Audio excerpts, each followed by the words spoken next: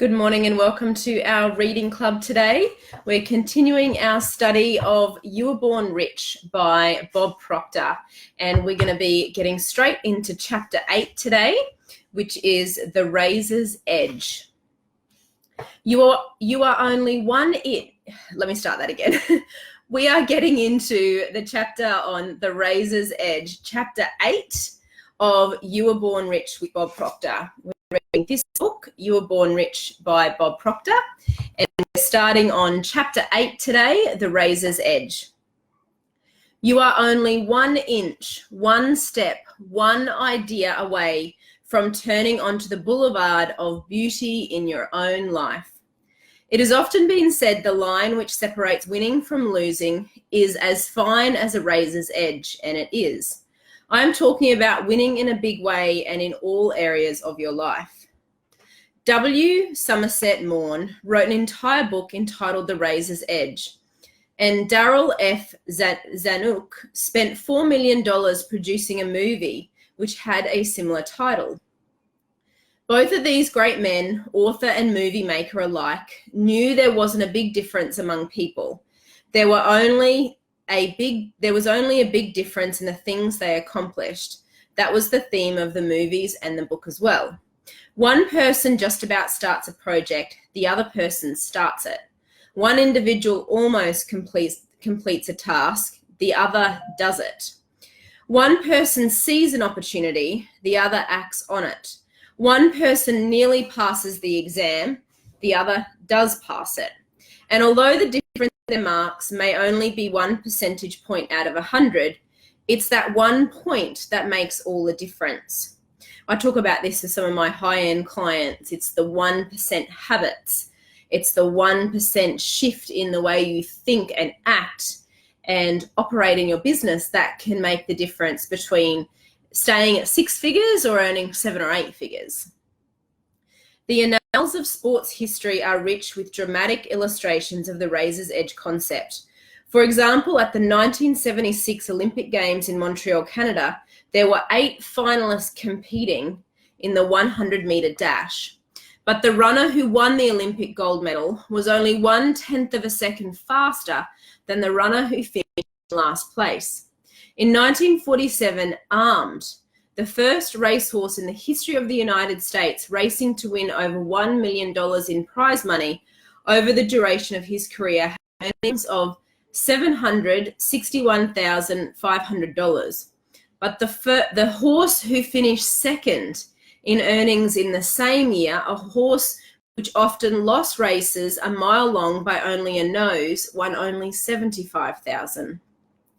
Now, if one were to look at the winnings alone, it would appear that Armed was 13 times better than his closest competitor.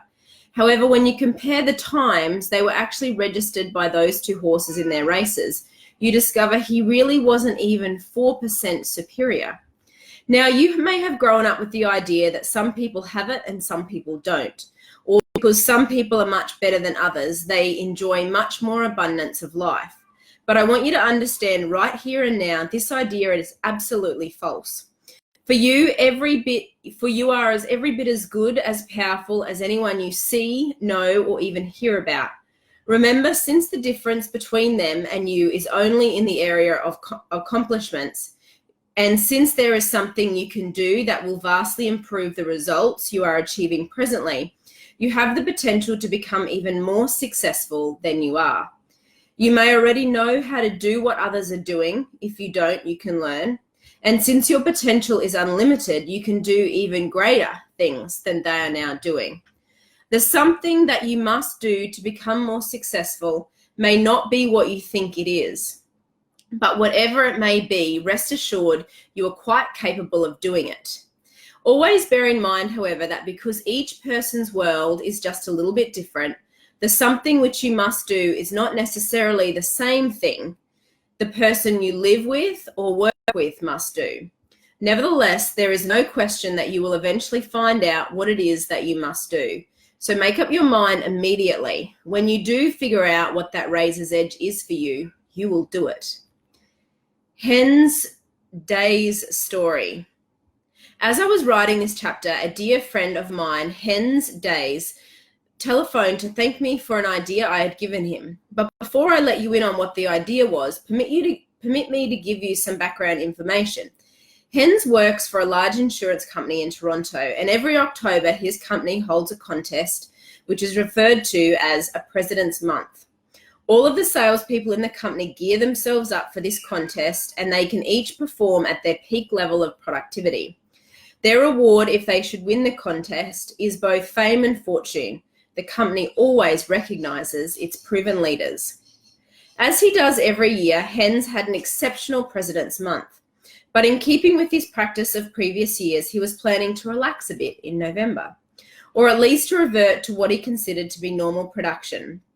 As I was talking to him one afternoon, however, I noticed that his usual high degree of enthusiasm had leveled off considerably. I knew something was amiss, so I asked him what was bothering him. He then explained he was experiencing a big letdown now that his big month had come to an end. In an attempt to raise Hens' spirits, I asked him the following question. Hens, what would you do with the extra commission you would earn if you were to repeat your October performance in November? He actually earned 3 times his usual monthly income in October. Seeing the true meaning behind my question, Hens' face brightened considerably and a broad smile appeared across his face. Then I quickly added, we both know you are quite capable of repeating your October performance in November. There is absolutely no question about that. By this time, Hens had become thoroughly convinced that not only was he capable of repeating his performance, but he would definitely repeat it. He said with his customary confidence and vigor fully restored, all right, Bob, I'm going to do it. The razor's edge, he did it. Hens beat his own record of October in November. Think of the difference this will make in his annual income, not to mention his standing in the company. You just know he will duplicate or better his performance next November following President's Month. The something for Hens turned out to be nothing more sophisticated than deciding to do the same thing in November, which he had already done in October. Perhaps you're saying to yourself, anyone could have figured that out. And you're right, they could have. But there are a few thousand people selling for the same company that Hens sells for, and I'll bet you dollars to donuts there weren't 5 others that did it. That's where the paradigm comes in. Vince Lombardi, former football coach of the outstanding Green Bay Packers football team, described the razor's edge concept in football very well when he said, most games are won or lost in the first 2 minutes of the first and second half. But what Lombardi is best remembered for with respect to football's razor's edge is the second effort concept, which he introduced for the edification of his players. In a nutshell, the second effort concept simply meant that when a player was initially stopped by the opposing team, he would always surge forward a second time with the added thrust of a second effort. Now, just consider the tremendous difference you could create in your own life if you were to adopt a similar mental attitude. For example, if you're a person who is working in sales and currently selling only 3 units a week, what would the consequences be for you if you were to decide to make 1 additional sale per week through a conscientious application of the second effort concept? Well, on a weekly basis, it might not appear to be a major breakthrough. However, viewed over the time frame of an entire career, it would actually amount to well over 2,000 extra sales. Moreover, from a monetary standpoint, it would mean you would actually receive an extra 10 years income over the span of a 40-year career. Yes, that one sale would be the razor's edge difference, which could catapult you into the big leagues in your chosen career. Milt Campbell's triumph. One individual who discovered the razor's edge difference for himself in his own life is Milton Campbell. You see, Milt went into the Olympic Games in 1952 to compete in the decathlon event. He performed with distinction, finishing in 2nd place in the world, and as a result brought home an Olympic silver medal. However, Milt's ambition has always been to win the gold medal. Therefore, when he returned home, he gave that old second effort and he started his training program all over again. For the next 4 years, Milt Campbell dedicated himself single-mindedly to a training schedule which would culminate with his winning the Olympic gold medal for his country at the 1956 Olympic Games. In the aftermath of that spectacular achievement, I had the pleasure of speaking with Milt on numerous occasions. He often confided to me that many of the athletes against whom he competed in high school were far superior to him at that time. But at some point they made the decision to abandon a sports career, and the razor's edge difference for Milt was that he kept training. The result, the day they pinned the gold medal on Milt, the day they pinned the gold medal on Milt, he was recognized as the best athlete in the entire world. One of the most powerful illustrations of the fine line which separates winning from losing was revealed in the filming of the movie The Razor's Edge. The cast for the movie was comprised of 8 principal actors and 8 stand-ins. That is to say, each principal had a stand-in to do the hard, grueling, and tiresome work for him, while the stars did the rest. After the film had been completed, Life magazine published a story in which the pictures of 8 principals were exhibited on one page and the 8 stand-ins were shown on the opposite page. The stand-in for the star of the film, Tyrone Power, was a man by the name of Thomas Noonan. Noonan was a close associate of Power's, and they had even attended the same high school at the same time. Both men were about the same size, they were in equal intelligence, they dressed almost identically, and they resembled one another very closely, even in their physical appearance. In point of fact, as close a resemblance as was humanly possible existed between each principal actor and his or her stand-in. But in one way, and the one way only, the principal actors and their stand-ins were completely dissimilar. For the combined salaries received by the 8 principals for the picture amounted to what at the time was a staggering $489,000. The combined salaries for the 8 stand-ins, on the other hand, amounted to a paltry $6,534. The principals may only have been slightly more talented than their understudies, but the monetary compensation which they received was 75 times greater. As your awareness becomes increasingly great with respect to the razor's edge concept, you'll be astounded by the number of such examples you encounter every day. As a case in point, just consider how much kindlier you feel towards a particular retail store when the cashier smiles and says, "Thanks for your business," and then asks you to come back real soon, as compared to one where you are greeted with a stern, "Well, are you going to buy anything or not?" kind of attitude. Or consider this illustration. Approximately 1 year ago, a family attended one of my seminars in Toronto. They were a truly beautiful family, but they had a serious problem and they asked if I could help to solve it.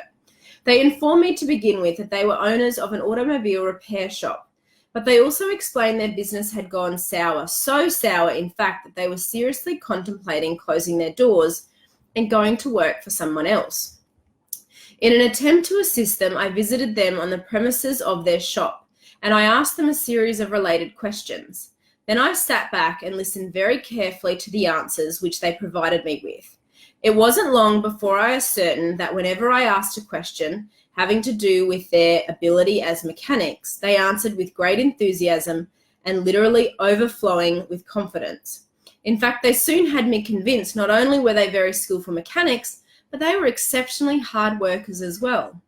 On the other hand, however, I also discerned that whenever I asked them a question which touched upon the public relations side of the business, they exhibited absolutely no enthusiasm whatsoever.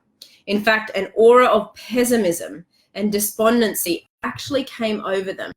It was fairly obvious to me, therefore, the only problem which this family really had was dealing with their own mental attitudes. Once I had identified the exact nature of the problem, that's also where, when you book a discovery call, we sit down and you get into this and we start talking about where you're at. We can identify the exact nature of your problem. You might think that the reason why you're not accomplishing or not where you want to be is one thing.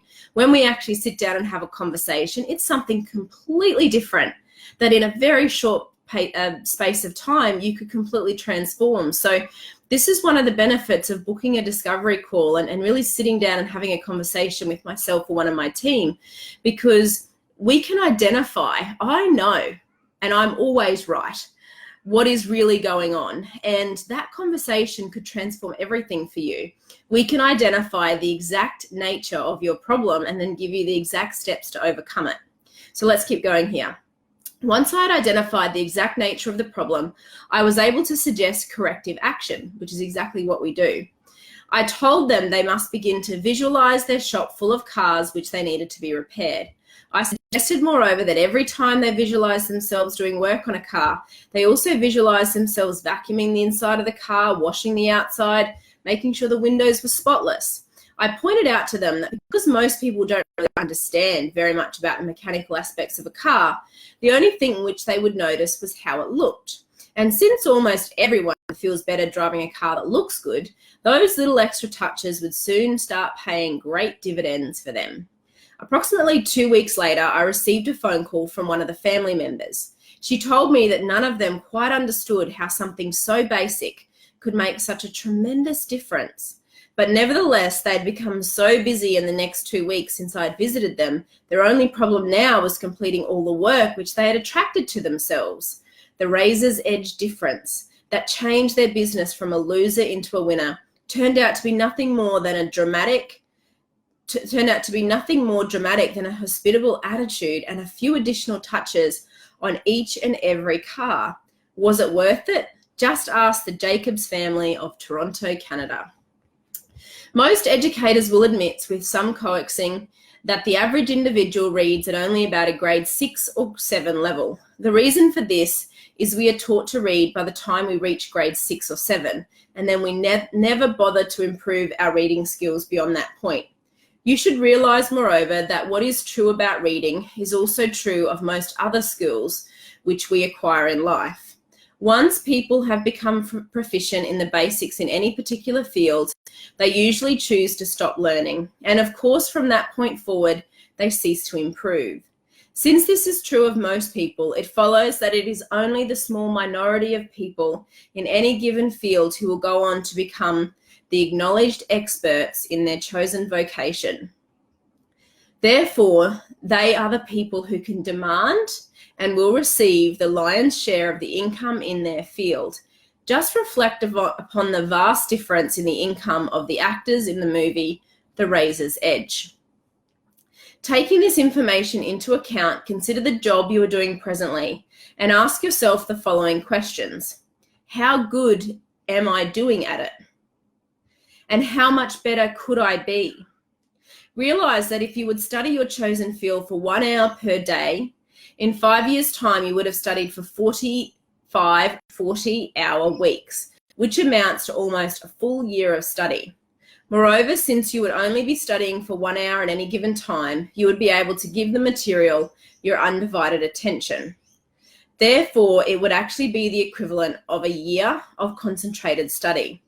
This means that by the end of the first year, you would already have put in 9 40-hour weeks of invaluable study time. Although this amounts to only 1 hour of study per day, if you were to follow this schedule rigorously, in a relatively short span of time, you would stand among your peers like a giraffe in a herd of a field of mice. In fact, when you really think about it, you will soon understand there isn't any competition at all, because there are so few people in the race that even the losers are winners. Therefore, you need not do a tremendous amount of studying to gain the understanding you require, because again, the difference between knowledge and ignorance may be as fine as the razor's edge. In most of my coaching programs, it's as little as 15 to 20 minutes once to twice a day. And that little bit of time makes all the difference because you're doing it consistently, you're involved with repetition around it, you're building and shifting your awareness super fast. You're changing paradigms, and it creates a massive snowball effect in your life. So it really is true that the amount of study you have to do is not that much, but it's got to be in the right way, in an organized way, focused on taking you to your goal. Let's get down to specifics again. As I've explained to audiences on numerous occasions, I do a great deal of studying by listening to educational tapes while I'm driving in my car. I'd like to suggest that you turn your radio off and your tape recorder on when you get into the car. Also, I would like to suggest that you turn your radio off in your house and you switch the TV off in the morning and you switch the TV off at night, and you will very quickly carve out a number of hours, potential hours in the day that you could be working on yourself, that you could be studying, and that you could be moving towards a huge goal in a very short period of time. You should be aware that those people who drive 25,000 miles per year spend 13 40-hour weeks sitting behind the wheel of their car. Therefore, they are in an excellent position to have a wealth of invaluable information deposited in their subconscious minds while they are driving, otherwise engaged in the routine activity of driving. Remember, it is virtually impossible to keep exposing your mind to great ideas without having those ideas expressed in your physical world. Moreover, it is probably only one idea you need to make the difference in your life. One idea could change everything for you. My husband was out running this morning and he came home and he said, everyone's so happy in the morning. And I said, yeah, that's because they haven't gotten the car to go to a job that they don't really like yet. And isn't that so true? Most people, maybe even you, spend your whole days and weeks getting in a car, spending an hour maybe driving one way, an hour driving back to go to a job that you don't really love, that you're not in love with, that's not moving you to where you want to go. And you need to make a decision to change that. Consider this illustration. By merely moving an index finger a fraction of an inch, a person can transform a cold piece of metal into a deadly weapon. Or by simply shouting the word fire, a person can turn a room full of happy people into a screaming, panic-stricken mob. Obviously, these are both very negative examples. Nevertheless, they do graphically illustrate the important truth that the razor's edge can cut both ways. In other words, since the law of opposites is at work in every aspect of life, it follows that if you are not consciously striving to move across the fine line to improve the quality of your life, you could be inadvertently moving in such a way that your particular position in life is actually starting to backslide. And this is true also if you're not moving towards a growth goal. When we look at law of opposites and law of vibration, everything is in a constant state of motion. So you're either creating or disintegrating. And it's absolutely essential and critically important that you are holding a picture on the screen of your mind that is a growth goal for you. We call it a C-type goal. I can take you through that another time, or you can get on a call and I'll explain it to you. It's that sort of goal that'll allow you to create and really stimulates the creation process to bring more and more good to you. A mind that's not focused on a C-type goal the way it's truly designed, the mind and body starts to move into a state of disintegration, and slowly but surely that starts to impact your life, and it will start to impact your bank account. Things will start to get a little bit worse. The sales will go down. You might not feel as fit and healthy, and actually what's happening is you're entering a state of disintegration on the inside, which is starting to affect the results on the outside, but you can change that. Let me elaborate. A couple of weeks ago, I was doing a talk show on the radio. A lady phoned in and she was in a fairly negative state of mind because the reality of her life as she perceived it was far different from what she had dreamed it would be when she was still a student in university. Apparently at that time, she dreamed of having an exciting career as a famous author. However, she felt her plans had been ruined because she married shortly after graduation and now had 2 young children to contend with. Have you ever felt like that, where you had this dream in your heart, in your mind, when you were younger, and then maybe you got married or you had children, or things didn't go the way you thought they would, and now you're sitting there at 40 or 50 or 60 wondering what could have been? Have you ever felt like that? The children, she explained, were still quite young, and they were, as she described, under my feet most of the day. She said that due to this circumstance of life, she was unable to go away by herself to write, and this made her feel very resentful towards her family and towards life in general. I suggested to her, however, it was not necessary to go away and to write the book, even though it is quite true some writers do go off to some South Sea island just to write. But I assured her these individuals were in the minority, and there are, in fact, Very few authors who devote all their time to writing or who even earn a major portion of their income while engaged in this activity. Therefore, I continued, there was absolutely nothing preventing her from writing at least 1 page per day. And if she followed this schedule religiously, in a year's time, she would have completed a good-sized book, 365 pages, or possibly 2 or 3 smaller ones. Yes, just getting out of bed 1 hour earlier in the morning could be the razor's edge difference, which would permit her to realize her dream. Moreover, she would have the additional benefit of having her family near her to provide moral support. I'm going to pause there. We've still got a little bit to go on this chapter. Well, actually, we've only got a few pages to go. I'm going to finish this chapter. But I want to pause there and just share a story, a real story, modern day story with you of a client of mine. Her name's Benita. And she called me maybe 8 or 9 months ago, and she got 4 children under the age of 4, and there were goals and things that she was ready to focus on. She knew that the time was now. She was at that point in her life where it's like, I've got to get back to doing what I see in my imagination, what I know in my heart is true for me. And as part of that goal process, something that she wanted to do was to finish writing her book, or to get the book done, basically, to write it, finish it, produce it. And her whole life is completely transformed. If you are to ever meet Benita, which you probably will at one of my events or seminars, she started in Thinking into Results with me. That was the foundational program we got her into, and that gave her the platform for her to really start to create this shift in how she shows up day to day, co-creating with her family of 4 young children and her husband, prioritizing different activities in her day that would move her towards her goal, being able to respond to changing situations rather than react to them and let the situation control what she does next. This young woman, mother, beautiful mother, wife, business owner, entrepreneur, has made extraordinary things happen in such a short period of time. She did Thinking into Results. She's since studied the new Lead the Field coaching with me, and will be moving into some of my elite programs very soon. But she's now launching that book, November 2019. The book is done.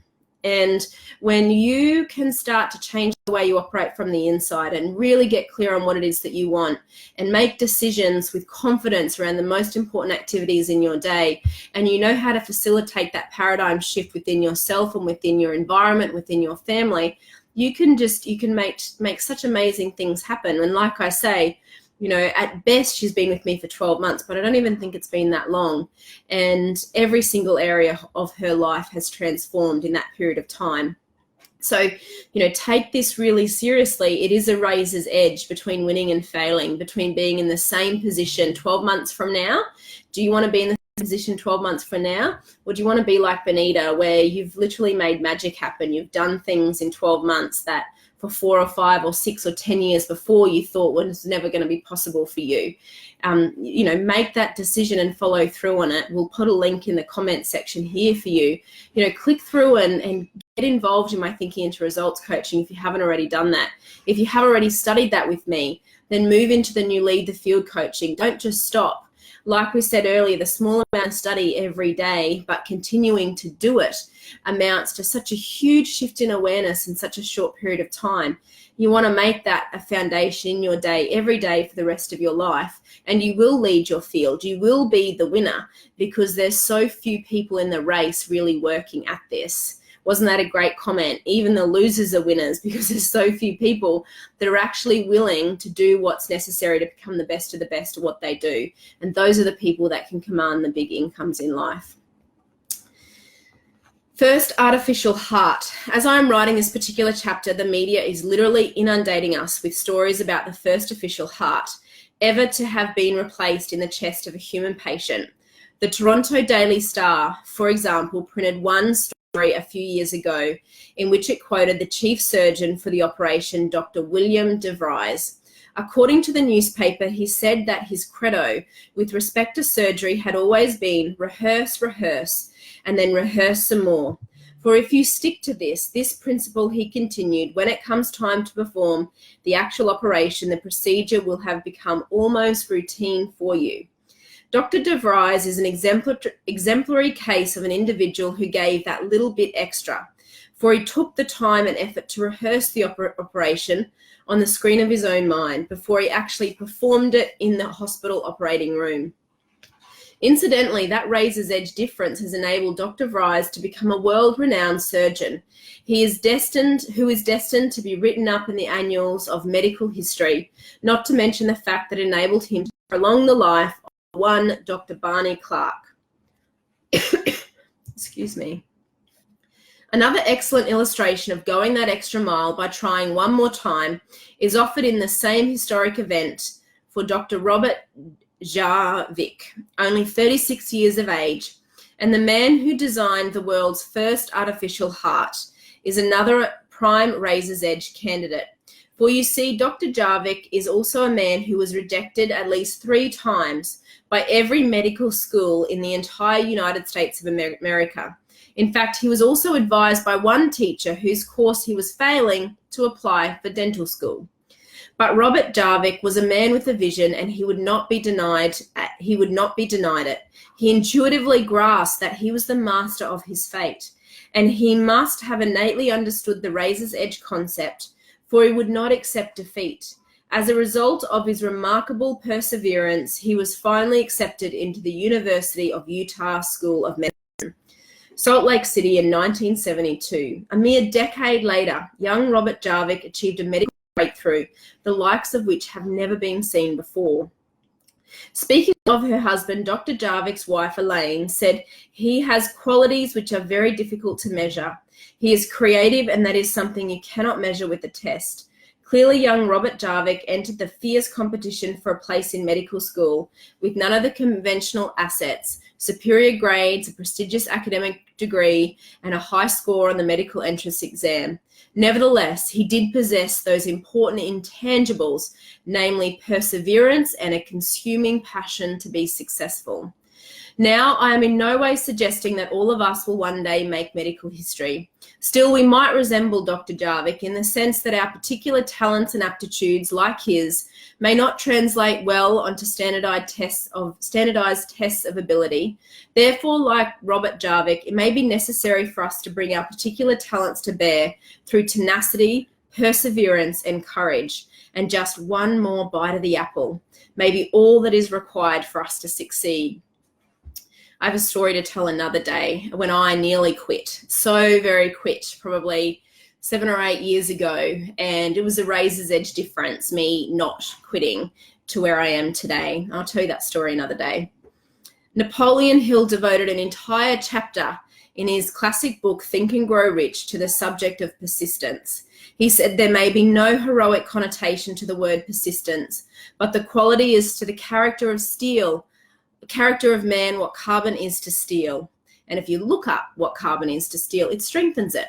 So perseverance to the character of man, it strengthens you. In another part of that same chapter, he wrote, I had the happy privilege of analyzing both Mr. Thomas Edison and Mr. Henry Ford year by year over a long period of years, and therefore the opportunity to study them at close range. Therefore, I speak with actual knowledge when I say that I found no quality save perseverance, persistence in either of them that even remotely suggested the major source of their stupendous achievements. Persistence.